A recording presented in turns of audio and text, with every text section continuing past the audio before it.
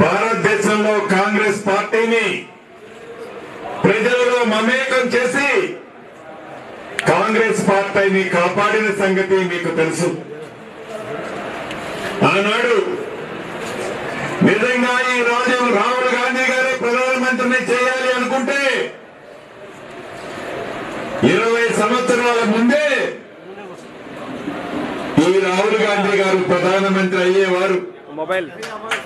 అవకాశం వచ్చిన 2 సార్లు ప్రధానమంత్రి స్థానాన్ని సున్నితంగా తిరస్కరించి దేశ ప్రజల కోసం, దేశ బాగోగుల కోసం ఆనాడు కాంగ్రెస్ పార్టీలో ఉండి రాహుల్ గాంధీ గారు వారు ప్రధానమంత్రి తీసుకోకుండా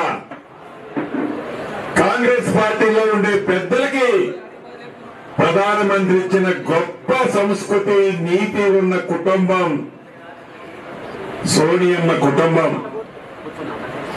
2 పర్యాయాల తర్వాత జరిగిన పరిస్థితి మనకు తెలుసు.